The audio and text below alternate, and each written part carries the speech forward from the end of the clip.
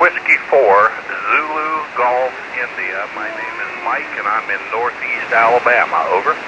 Roger, Mike. What radio are you running, sir? I'm on a Yaesu FT-897D today. Over. Repeat that again, please. It's a Yaesu FT-897 Delta. Oh, Roger there. It sounds really, really great. You got a lot of upper mids in there for intelligibility. So what do you normally do? Are you QSO or contest? I just QSO.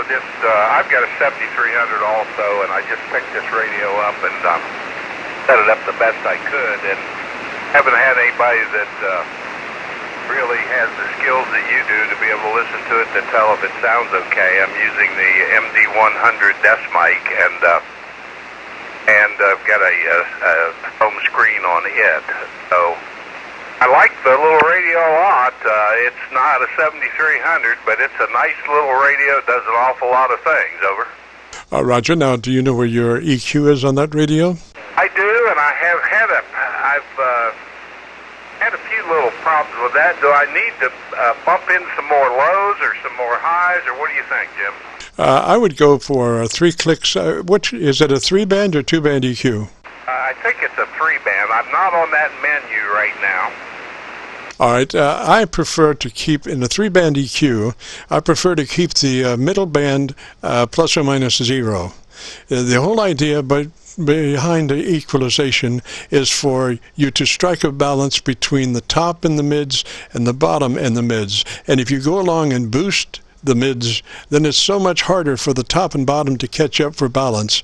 So I usually suggest that you keep the mid-range EQ flat, and then we start from there as far as what we need to do. So if you wanted to take a look and see what settings you currently have on your EQ, Roger? Roger. Let me find it here in my menu book. I know it's right here somewhere. I've got the speech processor set at 50, and that's 0 to 100. And my mic gain is up pretty high in order to get, I guess, to get this particular microphone to do it. But you know, let's see. I'm not sure if this is the band pass for. This isn't. I'm going to have to do some research in my book to I just got this radio, Jim. So it's. But I'll look into that. Those three settings. I'm not even sure that I have that aspect of the radio turned on right now. Over. Roger that. Well, what we should do, we have a very generic setup prior to getting into the EQ that you might want to avail yourself of. We suggest that you run that compressor at about a 3. Running the compressor at about a 3 as opposed to the higher numbers, because after it's all said and done, the compressor is only going to do so much in speech, and then as you take a pause between the words, it tries to suck up garbage that you don't really want. So we find that a 3 out of 10 is a very good setting for the compressor to begin the setup. Roger? Roger, I just cut it back to 3. Can you tell any difference in the audio there, Jim? Right at the moment, I would suggest we move on with the setup, and that would be to go to your ALC meter with mic gain in hand and adjust your ALC meter to run the mid-scale to 2/3. Mid-scale to 2/3 by manipulation of your mic gain control. Yep, that's where I'm at, right about mid-scale. All right, you want to be just a little bit further than mid-scale. Mid-scale to 2/3. Roger? Thank you very much. So tell me about your antenna system. And look at your ALC and make that adjustment very clearly that it is running between mid-scale and 2/3. As you tell me about your antenna system. Okay, the antenna system is it's a fan dipole, a coax fed, And I heard your comments before, and I worked on that son of a gun for 3 months, getting it all in line and trimming each individual band. I've got it for 75 meters, 40 meters, 20 meters, and 10 meters. So there's 4 individual dipoles fed with 1 coax, and I am not using a ballon on it. And it feeds right in here to the shack, and right here, my SWR is very good.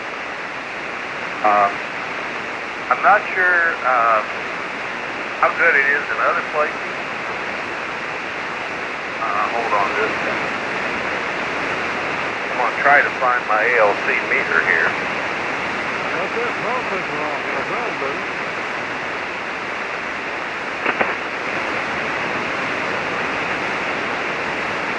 This is KC9VKV, the Friday afternoon QSO-VLOG net, and we're talking to MIKE-W4ZGI. Okay, I'm on my ALC right now, and it is peaking right at mid-scale, just a little over mid-scale, Jim. All right, that's exactly where you want to be, mid-scale to two-thirds, and you're running that compressor at a 3, Roger? Roger on that. All right, now the thing is, and we have a little game that I suggest sometimes folks play, and it has to do with using your voice to its fullest capabilities. And what it is as you're looking at your output meter in sideband, you can assume that that is like a VU meter. And the whole idea as you speak is to keep that needle in the sweet spot.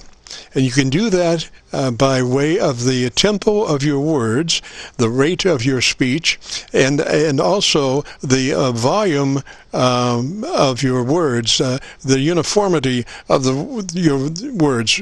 And the whole idea is the game is to keep that meter right there at the sweet spot on your output meter. Roger? Roger. Okay. I'm on my DSP right now, on my mic equalizer, and right now the bandpass BPF width is 240 hertz, it says here, and the HFF cutoff frequency is 100, and the low pass station, the frequencies in use, please. is 1970, over. Roger. So essentially it is a 3-band EQ? 200, you moron. Roger on that. Roger. Okay, so make sure that your mid-range is flat. And then what you need is about 2 or 3 clicks on the bottom end at around 100 cycles or so, or just, put 3 clicks boost on your bottom end. Okay.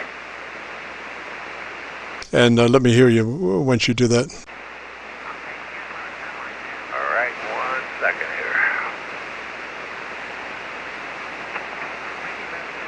Well, I'm having a hard time doing that, Jim. I'm going to have to study up. I'll get back with you next week so I don't waste your time here, because this is so different than the 7300 or any other radio I've used as far as trying to figure out all these menus. It's really goofy, particularly on this DSP setting thing. I don't understand their figures here at all, but at any rate, if it's sounding good enough for a normal amateur use, I'm happy with it for right now, and then I'll try to improve it as we go on. Over. Oh yeah, plenty of intelligibility, no problem at all there. And I'm sure when you find that EQ, if you can join us next Friday, we can work on that. Right now, you're kind of mids to upper, so there's lots of intelligibility. It's one of those points that we could broaden it out for a little more QSO feel later on. Just add some more bottom end. But observe what your EQ curve is as far as those 3 adjustments. And I wouldn't change anything for right now. But if you could join me next Friday, we'll take a look and do what we can for there. Roger. Roger on that. Very good. One minor change right there. Did you notice any difference there? I'm not sure. What was it? I went from 120 to 240 on the DSP bandpass filter width. All right. What you want to do, as far as the width of that radio, you want to be in 100 to 2900 mode. That's the mode that you want to be in, 100 to 2900.